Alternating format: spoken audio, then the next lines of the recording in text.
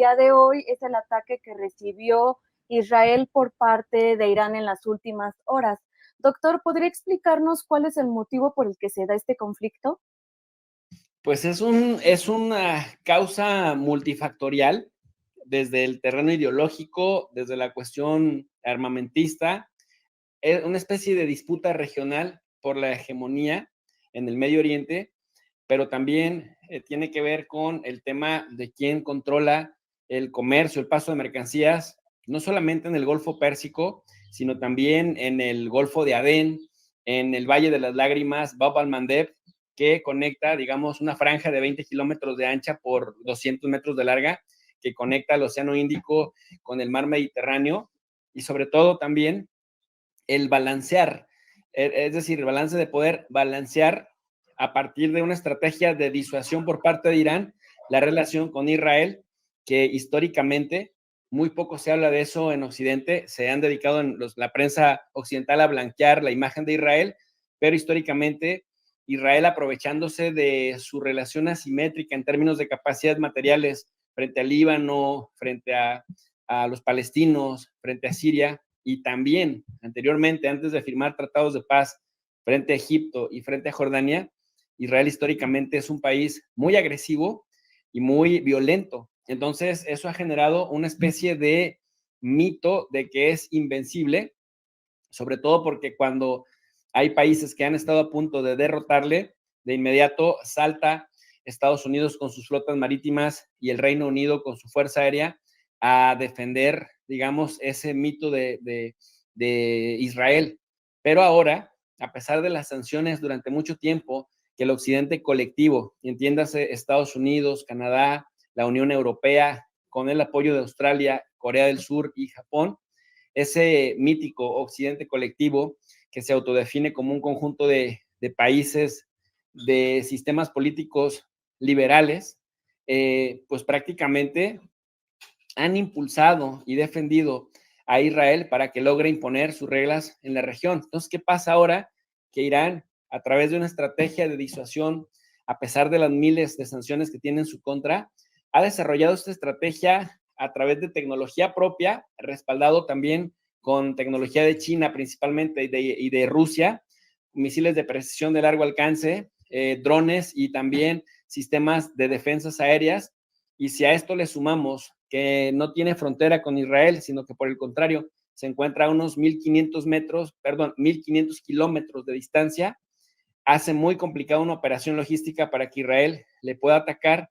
Y bueno, pues Irán ha desarrollado una importante industria de misiles balísticos y también de misiles de crucero, con los resultados que ya vimos el día 13 de abril, o más bien en la madrugada del 13 de abril, en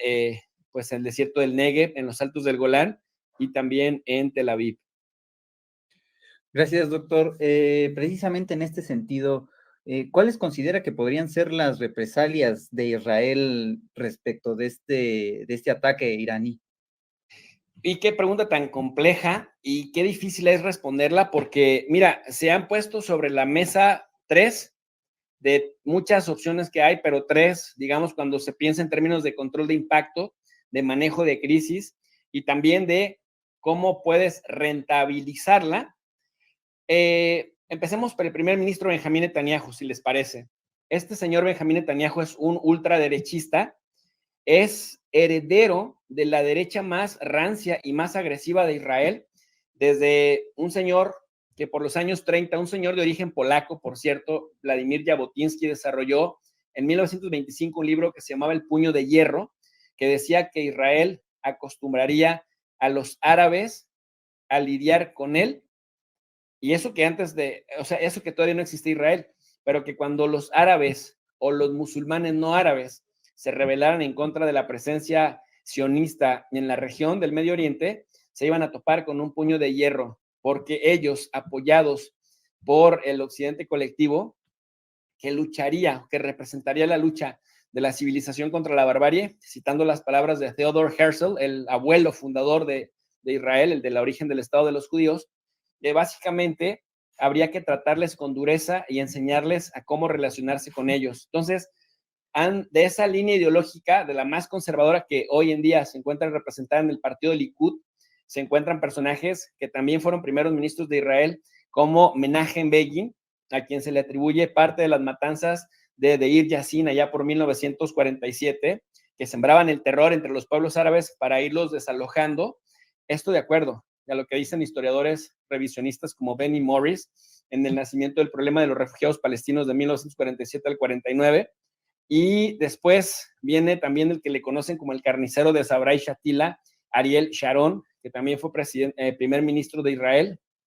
Y de esa línea, de esa gama de derechistas, viene Benjamín Netanyahu. Pero ojo, aunque es cierto que es el primer ministro más longevo en el cargo, o sea, tiene como varios récords. Fue el primer ministro más joven de Israel, ahora es el primer ministro que ha estado durante más tiempo y por más administraciones, porque Israel se permite la reelección, pero también se permite el que, a pesar de que hayan pasado algunos años, puedas intentar seguir en el poder si tu partido gana curules. Hoy en día está moralmente derrotado y políticamente, pues, muy debilitado. Lleva por lo menos desde todo el año 2023 y lo que llevamos del 2024 recibiendo bastantes protestas, porque recordemos que a Netanyahu lo persigue el propio Poder Judicial de Israel. Tiene 3 procesos abiertos por corrupción, enriquecimiento ilícito, qué raro de los derechistas, ¿no? Enriquecimiento ilícito, pero también tráfico de influencias. Pero en 2023, muy osado, quiso emprender a través de la Knesset, del Parlamento israelí, una reforma para que el Poder Judicial se sometiera al Poder Legislativo, cuando que en todas las democracias el Poder Judicial tiene que ser independiente. Entonces, esto generó un rechazo muy importante en Israel, al punto de que perdió bastante popularidad y de que su coalición estuvo a punto de desmoronarse, porque Israel tiene muchos partidos, como 2 o 3 corrientes, pero 13, 15 partidos. Y entonces, para que alguien pueda gobernar en Israel, necesitas que tu partido, al ser semiparlamentario, que tu partido pues gane el 50% más uno de los asientos, tiene 120 asientos. Entonces, el que primero logra llegar a 60 curules más uno, el presidente o el jefe del partido que tiene la bancada mayoritaria se convierte en primer ministro. En este caso, el partido Likud, que logró tener 33 asientos, y con esos 33 asientos ha pactado con un montón de partiditos que le aportan 7, 8, 10, 15, 18 curules para llegar hasta ese 50% más uno. Y entonces tú me preguntarás, profesor, pero yo te hablé de las consecuencias hacia el ataque hacia Irán, ¿verdad? Esa es la pregunta. ¿Por qué me hablas de cómo se organiza la Knesset y de cómo Netanyahu llegó al poder y de qué línea ideológica viene? Bueno, mira, por esto, porque la línea ideológica que representa Benjamín Netanyahu, si tú revisas, la bandera de Israel es una estrella de David simbólica y 2 líneas. En esas pues están planteados los ríos Tigris y Éufrates y el río Nilo, que representa el sueño del gran Israel, que esa línea ideológica del partido Likud y de los personajes que te hablé, les dicen los sionistas revisionistas,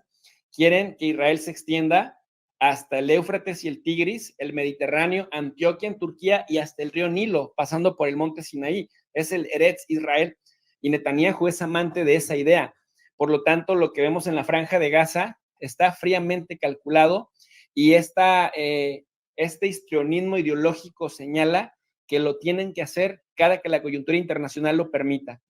Entonces, un conflicto con Irán, particularmente Netanyahu controlado, pero un conflicto en donde Israel no tenga que pelear la guerra él solo contra Irán, es bastante favorable, porque aunque es casi un cadáver político, y si mañana hubiera elecciones en Israel, Netanyahu nada más alcanza a juntar 18 curules, en comparación con las 33 que juntó apenas hace un año, que volvió al poder después de estar prácticamente un año fuera del poder. Él aplica tesis orwellianas que tiene bastante bien medidas. George Orwell, en este libro de 1984,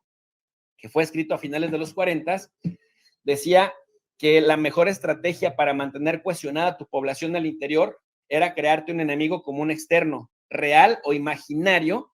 pero que ese enemigo común externo hiciera sentir amenazados a todos al interior de tus fronteras, y con eso generarías cohesión bajo tu liderazgo. Entonces Netanyahu es muy hábil con eso, y lo que ha venido haciendo es magnificar que los del Hamas son súper peligrosos, que es Hamas, ISIS, que al Hamas hay que hacerle una guerra, cuando en realidad lo que está haciendo es un proceso de limpieza étnica en contra de la población palestina, de tal suerte que a la mayor cantidad de personas que ha asesinado en la franja de Gaza, 33,000 hasta este momento, de acuerdo a lo que dice Naciones Unidas,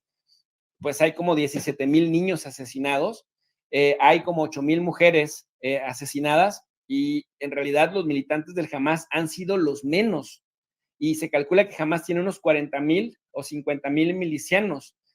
Hay que decir también, el 80% de los militantes del Hamas son huérfanos,